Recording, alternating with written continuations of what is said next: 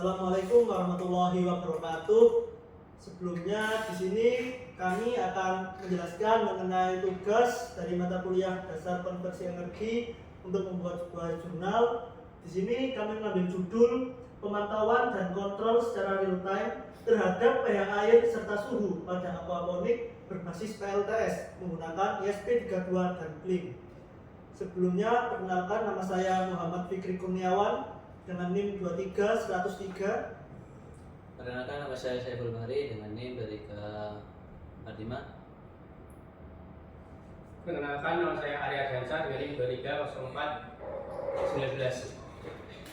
Perkenalkan, nama saya Ardianto Widya Putra dengan NIM 23022. Perkenalkan, nama saya Muhammad Yakin dengan NIM 23006. Baik, sebelum kita lanjut ke pendahuluan, di sini saya akan menjelaskan mengenai abstrak dari judul kami.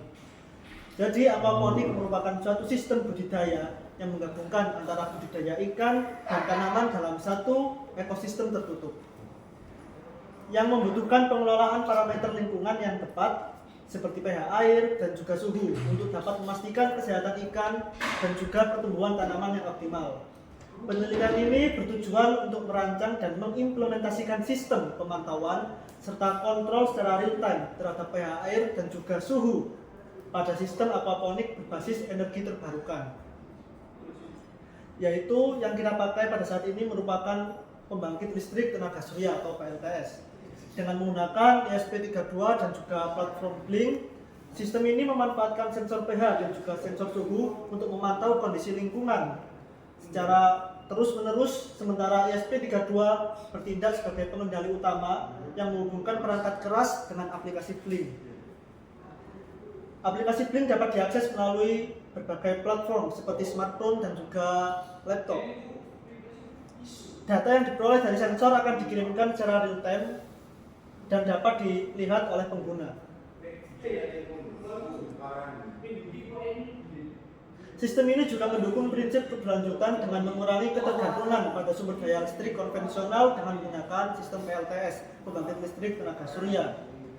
Hasil penelitian ini menunjukkan bahwa sistem dapat memberikan kontrol yang efektif dan efisien terhadap kondisi lingkungan dalam sistem aquaponik, serta memberikan solusi praktis dan ramah lingkungan dalam pengelolaan pertanian berbasis teknologi.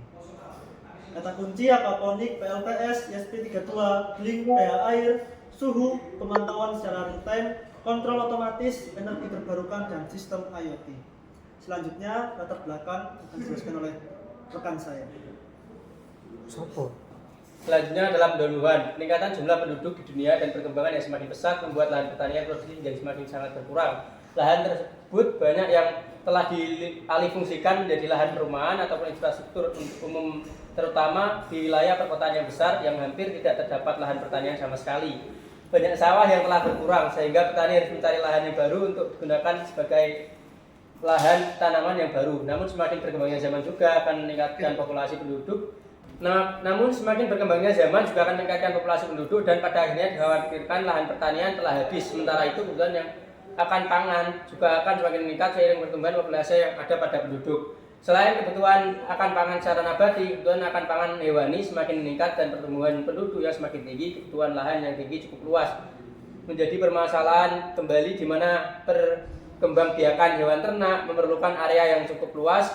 Salah satunya kebutuhan pangan hewani pada berbudidaya ikan konsumsi, keterbatasan lahan terutama di daerah perkotaan yang mempersempit kesempatan budidaya pangan yang optimal. Dalam mengatasi permasalahan tersebut, petani harus dapat memanfaatkan lahan yang terbatas tersebut menjadi lahan pertanian yang produktif. Salah satunya yaitu menggunakan sistem aquaponik. Sistem aquaponik menjadi salah satu solusi yang tepat menjadikan sistem pertanian terpadu di mana menggabungkan antara budidaya ikan dengan metode penanaman pertanian terpadu, di mana tanaman tanpa menggunakan media tanah atau sering disebut dengan aquaponik dalam satu ekosistem yang saling memberikan keuntungan.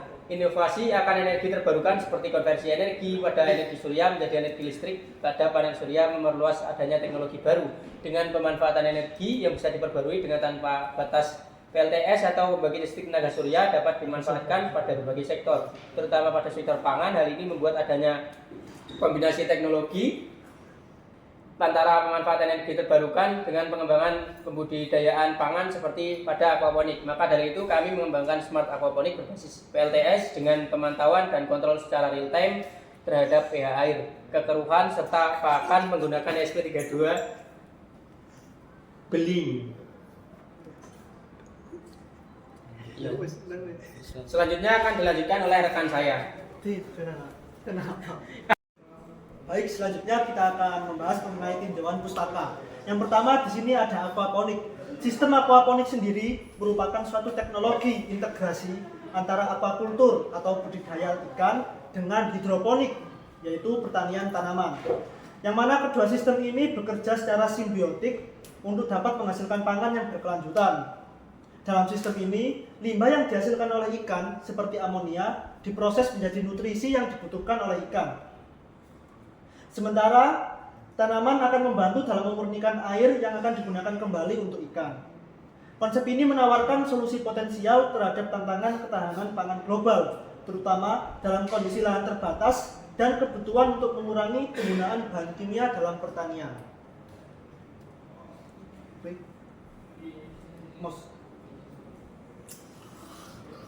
Oke, baik, selanjutnya ada PLTS atau biasa disebut dengan pembangkit listrik tenaga surya. Sistem tenaga surya fotovoltaik merupakan teknologi yang dapat mengubah energi matahari atau energi surya menjadi energi listrik melalui sel fotovoltaik.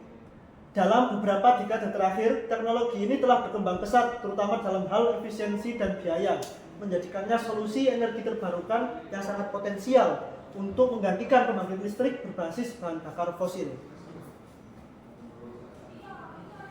PLTS adalah teknologi yang menawarkan solusi yang sangat relevan dalam memenuhi kebutuhan energi terbarukan di seluruh dunia, khususnya dalam energi terbarukan masa mendatang.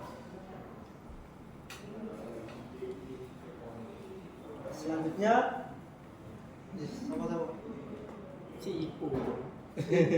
Ayo Bul. Baik, untuk selanjutnya terdapat sensor pH, yang mana untuk sensor pH ini digunakan untuk mengukur tingkat keasaman dan kebasahan atau suatu larutan. Sensor ini mengukur konsentrasi ion hidrogen dalam suatu larutan yang secara langsung mempengaruhi pH. Nilai pH berkisar antara 0 yang mana sangat asam hingga 14 atau sangat basah, dengan pH 7 dianggap netral. Sensor pH sendiri biasanya terdiri dari elektroda referensi dan elektroda pengukur yang bekerja bersama untuk menghasilkan sinyal yang bisa diubah menjadi nilai pH yang dapat dibaca oleh microcontroller. Sensor pH banyak digunakan dalam berbagai aplikasi, mulai dari pemantauan kualitas air, kontrol proses industri, hingga aplikasi medis dan penelitian ilmiah. Sensor pH berbasis fiber optik telah menjadi topik utama dalam pengembangan sensor pH yang lebih fleksibel dan tidak invasif. Nah, berikut ini adalah bentuk dari sensor pH-nya sendiri. Untuk selanjutnya terdapat motor servo yang mana merupakan motor listrik yang dirancang untuk memberikan kontrol posisi dan kecepatan yang sangat presisi. Berbeda dengan motor biasa, motor servo memiliki umpan balik atau feedback yang memungkinkan motor untuk terus mengatur dan mengoreksi posisi, kecepatan ataupun arah rotasi secara otomatis. Motor servo bergerak dengan prinsip dasar kontrol umpan balik, yang mana sistemnya terdiri dari motor penggerak yang terhubung dengan sensor umpan balik seperti encoder ataupun potensiometer. Ketika motor menerima sinyal kontrol, maka akan berputar dan sensor akan mengukur posisi ataupun kecepatan putaran motor tersebut. Berikut bentuk dari servo. Selanjutnya terdapat sensor suhu. Sensor suhu di sini merupakan perangkat elektronik yang digunakan untuk mengukur suhu dari suatu objek ataupun lingkungan.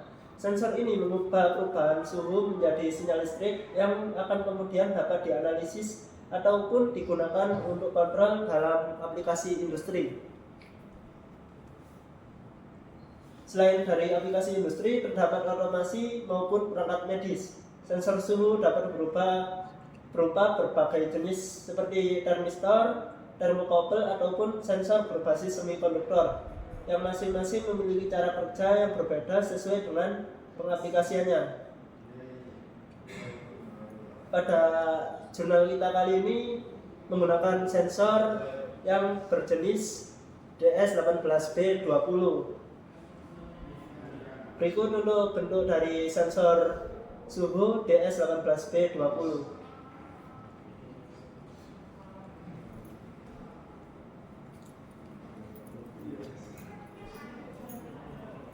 Jangan langsung.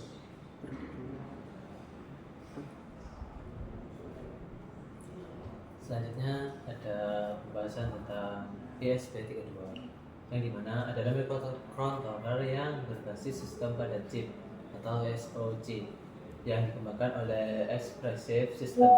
Microcontroller ini dilengkapi dengan 2 inti prosesor atau 2 core, Wi-Fi, Bluetooth, membuatnya sangat populer untuk aplikasi IoT atau Internet of Things dan pengembangan perangkat berbasis konektivitas nirkabel. Microcontroller ESP32 bekerja dengan menerima input berbagai sensor melalui antarmuka GPIO General Purpose Input Output dan memprosesnya menggunakan 2 inti prosesor yang dimilikinya. Setelah pemrosesan, ESP32 mengirimkan hasil ke perangkat lain atau mengaktifkan aktuator sebagai motor atau LED. Berikut adalah contoh dari ESP32. Di sini ada berbagai pin, dari dengan pin 1 sampai dengan pin 35.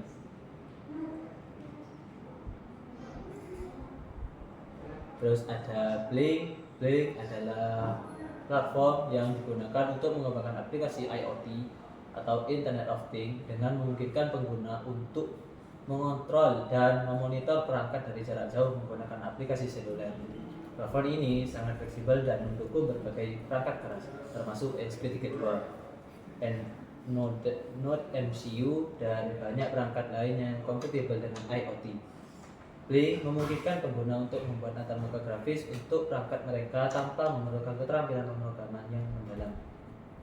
Blink bekerja dengan menyediakan aplikasi seluler untuk mengendalikan perangkat keras yang terhubung melalui Wi-Fi atau Bluetooth. Proses pembuatan proyek di Blink melibatkan penggunaan antarmuka grafis untuk menambah kontrol perangkat seperti tombol, slider, dan indikator, dan kemudian menghubungkan dengan kode perangkat keras yang kompatibel. Blink memiliki beberapa fitur utama, yaitu antarmuka pengguna dapat disesuaikan. Pengguna dapat mendesain antarmuka aplikasi dengan mudah untuk mengkontrol berbagai perangkat dan sistem IoT tanpa memerlukan keterampilan pengembangan aplikasi. Berikut adalah gambar dari Blink. Selanjutnya akan dijelaskan rekan saya. Berhenti dulu Pak.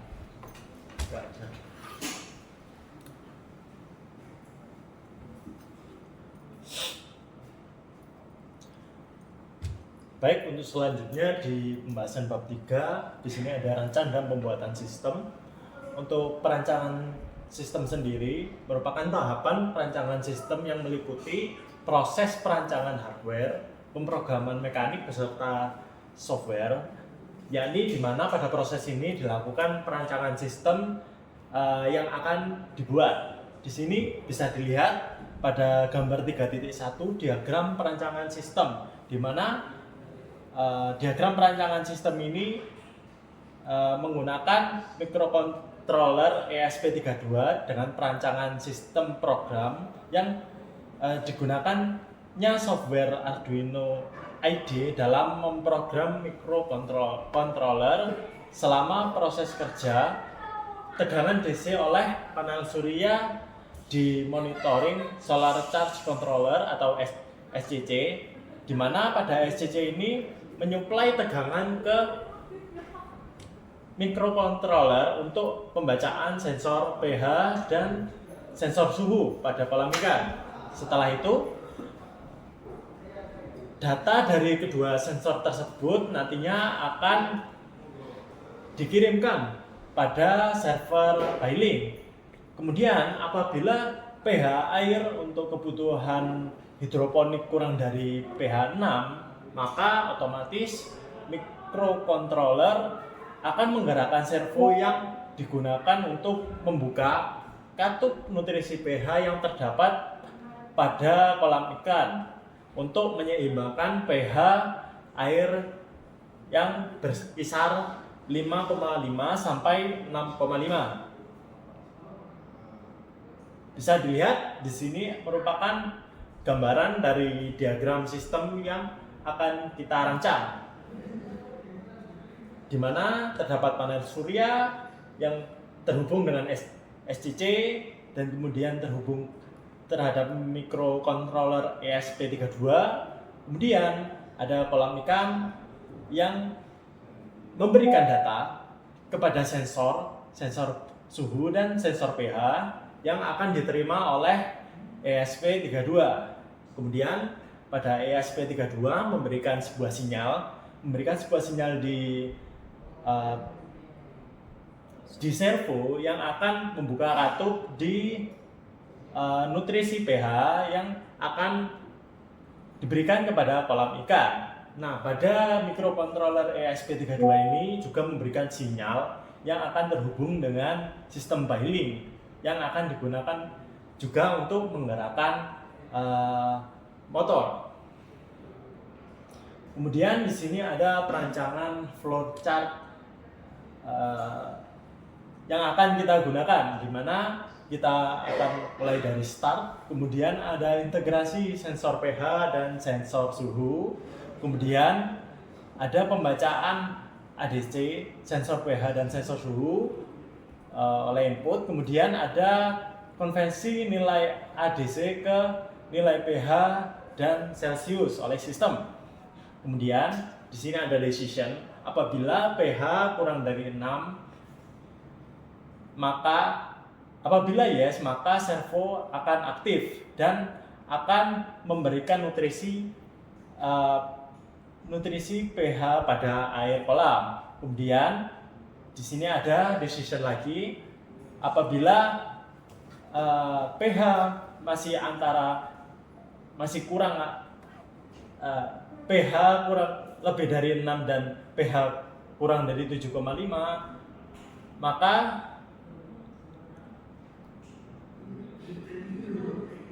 servo aktif kembali dan akan melakukan pemberian nutrisi pH kembali. Dan apabila pH sudah stabil di 6 sampai 7,5, maka akan selesai. Dan apabila pH tidak kurang dari 6, maka servo tidak aktif. Bisa dilihat di gambar 3.4 flowchart dari sistem. Selanjutnya akan dijelaskan oleh rekan saya. Oke, untuk selanjutnya terdapat skema rangkaian pada sistem aquaponik yang berbasis IoT ataupun Internet of Things.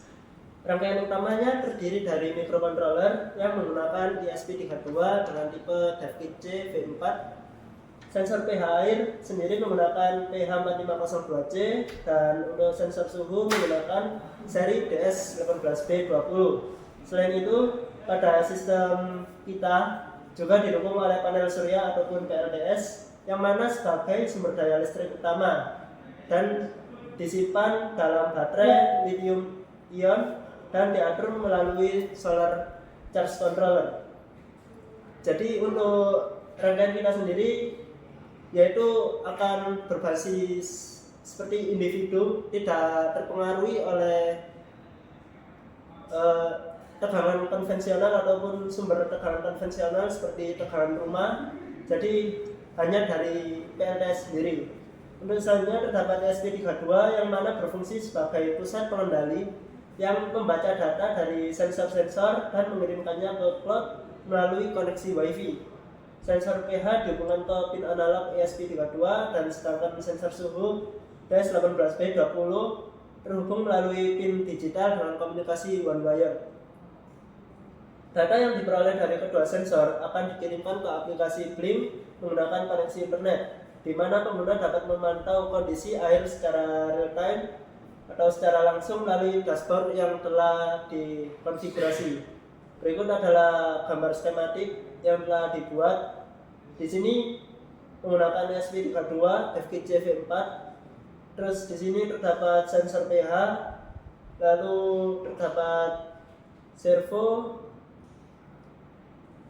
terus terdapat relay, dan di sini untuk power supply-nya atau step down. Jadi dari tegangan 12 volt diturunkan menggunakan buck converter dengan tipe LM2596 menjadi 5 volt atau tegangan kerja dari ESP32-nya sendiri.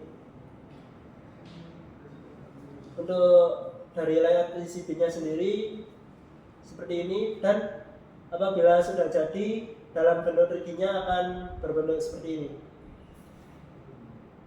Itu saja dari bab 3. Baik, itu saja dari presentasi penjelasan mengenai laporan jurnal kami. Apabila ada salah kata, mohon maaf. Terima kasih. Wassalamualaikum.